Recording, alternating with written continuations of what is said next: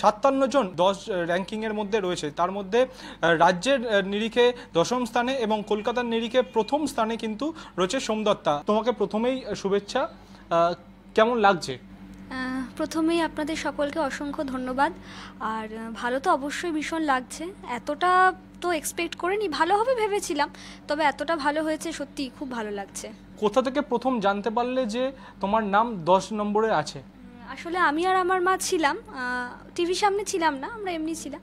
তো আমার বাবা, কাকা, মেশো, ওনারাই প্রথম, মাসিও ছিল, ওনারাই প্রথম জানান যে আমার নাম উঠেছে 10th পজিশনে।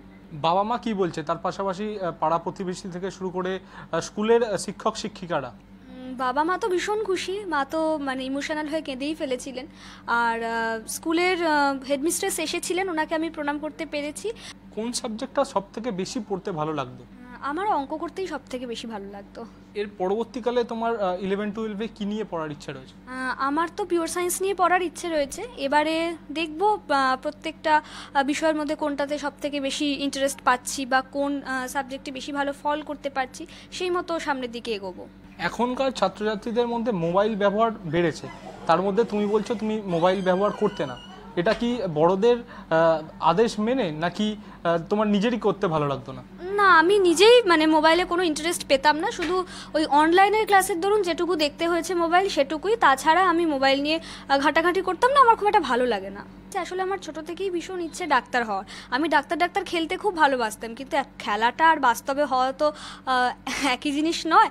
তো দেখি এখন 11-12-এ ওঠার পরে কোন কোন সাবজেক্টে বেশি ইন্টারেস্ট পাচ্ছি, কোথায় বেশি ভালো ফল করতে পারছি, সেই মতো সামনের দিকে এগোবো। প্রয়োজন হলে আমি মানে আমার লক্ষ্য বদল করব, সেটা পরিস্থিতি দেখে তারপরে ভাববো। প্রতিবারের মতো এবছরও মাধ্যমিকে পাশের হারে জেলার জয় জয়কার। এগিয়ে রয়েছে কালিম্পং, পূর্ব মেদিনীপুর, একেবারে তৃতীয় স্থানে নেমে এসেছে কলকাতা।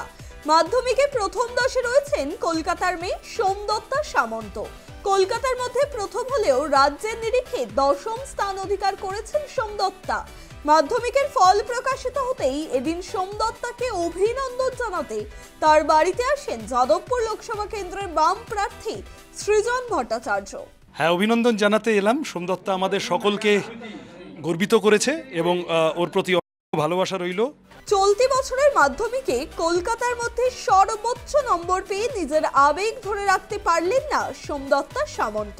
যাদবপুর লোকসভা কেন্দ্রের বাম প্রার্থী সৃজন ভট্টাচার্য শুধুমাত্র সোমদত্তাকেই না, সকল মাধ্যমিক পরীক্ষার্থীদের শুভ কামনা জানালেন। সঙ্গে সোমদত্তা সামন্তর মাকেও রত্নগর্ভা বলে অভিহিত করলেন সৃজন ভট্টাচার্য। ক্যামেরায় দেবরাজ দত্তের সঙ্গে অভ্রদীপ দাসের report, tribe TV Bangla, Kolkata.